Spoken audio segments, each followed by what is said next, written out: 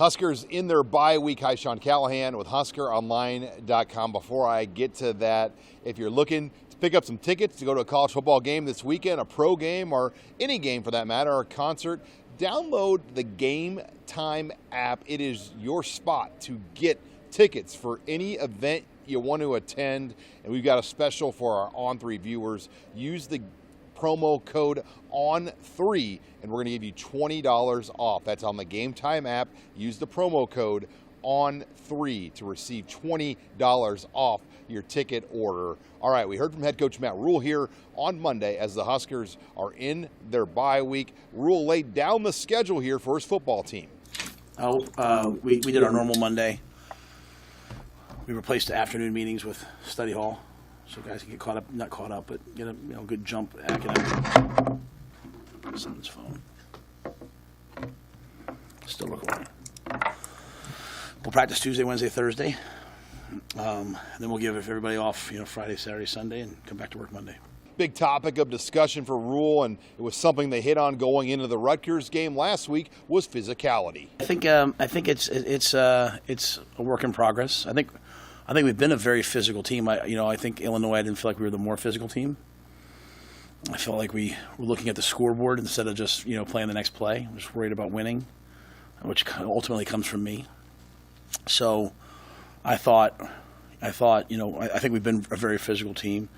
We have a long way to go, to be the team that we want to be. And now for the second game in a row, we've seen Rhule and the Huskers come out during the pregame and do just kind of an eye-opener physicality drill before the game even starts. There is no thinking. It's just, so much of this is just passion and energy and excitement, and so it's like, hey, we're gonna come together and we're gonna just celebrate each other. And the guys, our team really revolves around certain guys, right? So when Roman Mangini goes out there, and he went against Hartzog, right? He was a starter. That wasn't and those two guys battle out there. It just lights your team up a little bit. So we might not do it next week. Who knows? Who knows what we'll do? But it's just something that just seemed to make sense, right? I think so much of this thing is getting out of your head and going from your heart, and it just felt like at Purdue maybe we needed that, just not needed it but did it.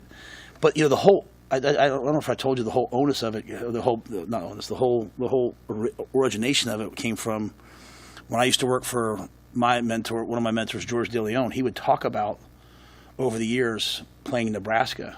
And when you played Nebraska, he said, and I don't know if this is true, people say I'm a lot full of it, but this is what he told me. He said the O-line would line up and they'd put the D-line or the linebackers and they would run into them and then the O-line would hit them. And as the other team was running out, he said half the time you lost the game. Maybe Phil Snow's you lost the game before you even played them. You just came out and you saw the physicality of Nebraska and the pipeline, and you were like, it's gonna be a long day. So we were at Temple at the time. We said, all right, well we're gonna do Oklahoma drill at the 45-yard line. And I still have coaches will say it to me then we got to Baylor and the kids were like, we're not doing that, coach. We don't want to do that. Let's do pat and go and we'll get open. And so we stopped doing it and I was fired up for the Purdue game. I was like, hey, give me two guys. And then it was cool this week. Three guys came running out. I said, give me an O-lineman. Three guys came running out. So it's just, I don't know. It's not much to it. Not much to it. Just a way to celebrate being physical. One of the real positives thus far for Nebraska at the midway point of the season has been their overall turnover margin, including their ball security.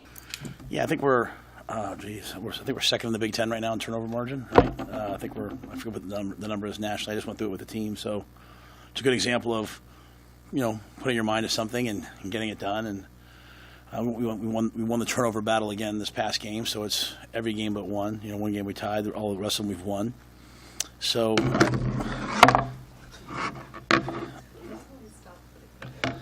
I got it. So whoever doesn't have a case, someone doesn't have a case. That's up to me.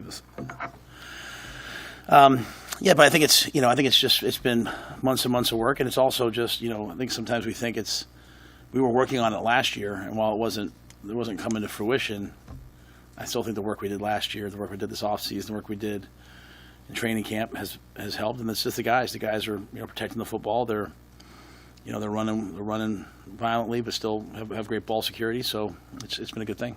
However, special teams continues to be a point of emphasis, as Matt Rhule noted when you have 2 kicks blocked like we saw a week ago, oftentimes you don't win the football game.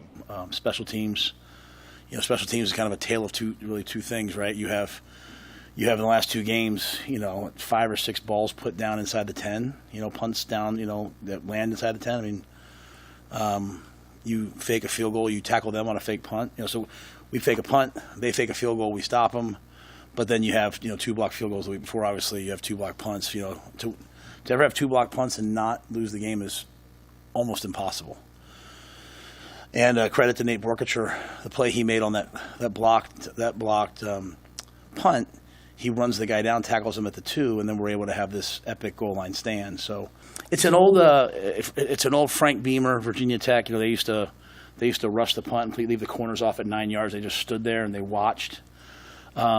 These guys are doing it at 5 yards, and they're as well coached a team. I mean, I'm in no way saying that. I'm just saying, like, not many people have a punter with an arm like ours does. I mean, he can throw, and so a lot of people wouldn't throw a 22-yard honey hole shot, right? Like, that's hard to do. But thankfully, Bruce Sheeney's probably got one of the better arms on the team. To be quite honest, he's really good at this stuff. And we had Johnny Hecker at Carolina, who's epic for this stuff. So we have a couple of these things that Ed has, and it worked.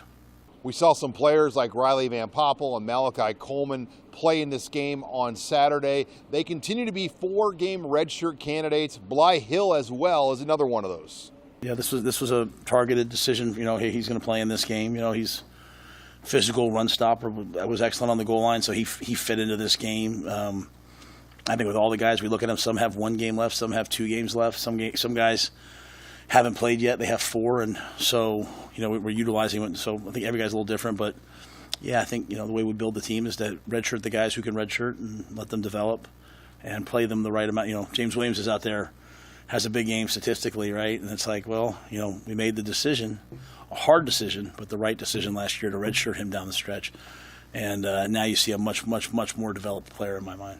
Yeah, Bly Hill, we had him up ready to go, but we didn't play him, right, because Sierre played so well. So to me, you're looking at a guy who's got 4 open games in the next 6 games.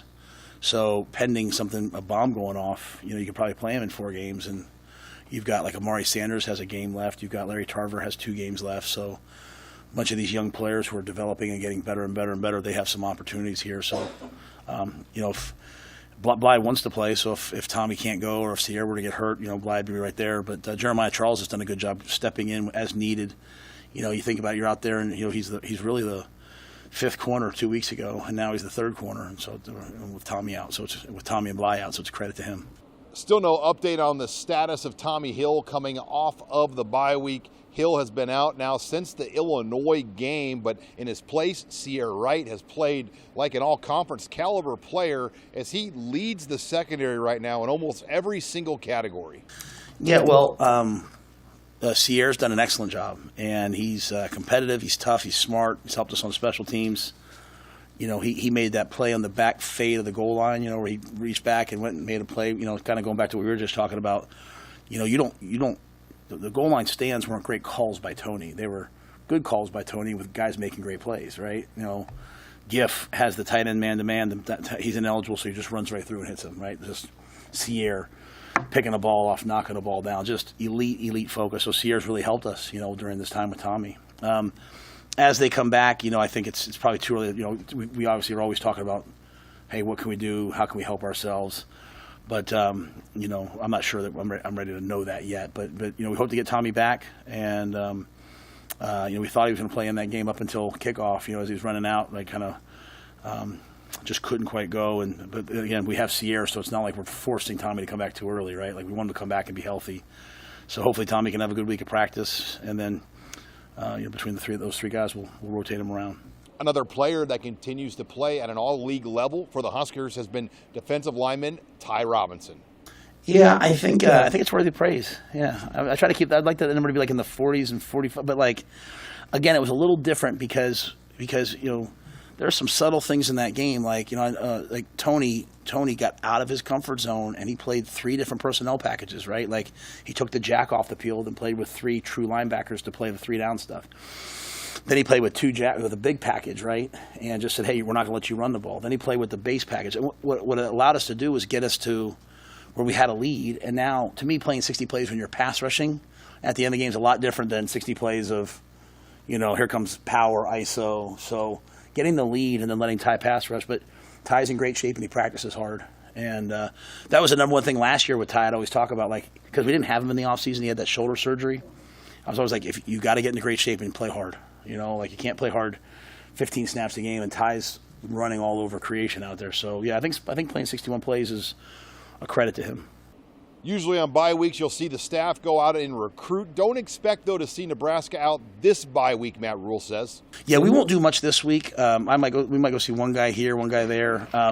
We've been sending some guys out along the way. We're going to use the second bye week as the big recruiting week. I think this week, to me, this started in July. We started training camp in July, so it's July into August. You look at most Big Ten teams, they didn't go 6 in a row like we did. Some did, but not many.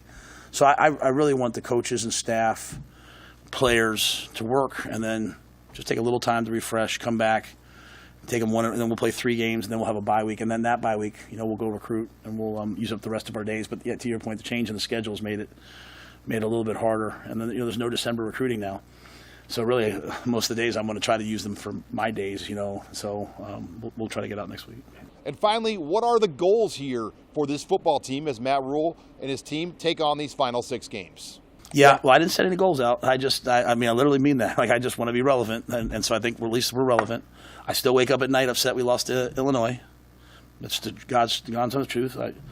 After we win, I'm happy for 20 minutes, and I'm like, okay, let's get ready for what's next. I'm proud of our players, though. That's the important message. I'm proud of the work. I'm proud of the lack of distractions. I'm proud of the selflessness. I'm proud of the growth. I'm proud of, I'm sad about it, but we lose Teddy, then we lose Turner, and now Gunner's out there and he's battling, right? We lose Tommy, who's, one of the top players in the country, and all of a sudden Sierre's battling. I'm proud of Marquise Buford, just every week. So I'm proud of a lot of those things. As it relates to the second half of the season, it's the same to me as the first. After Illinois, I could just feel our team, and I could feel our coaching staff. We have to win this game. We have to win this game. And I just enjoyed this game better where the guys just wanted to play. And so I'm going to do my best to go 1-0 every week. Even the bye week, I'm going to try to be great this week on the bye week. And some of that's rest. Some of that's getting away. Some of that's practicing the heck out of the young guys. But that's really all I look at. With the Huskers here in Lincoln, I'm Sean Callahan of HuskerOnline.com.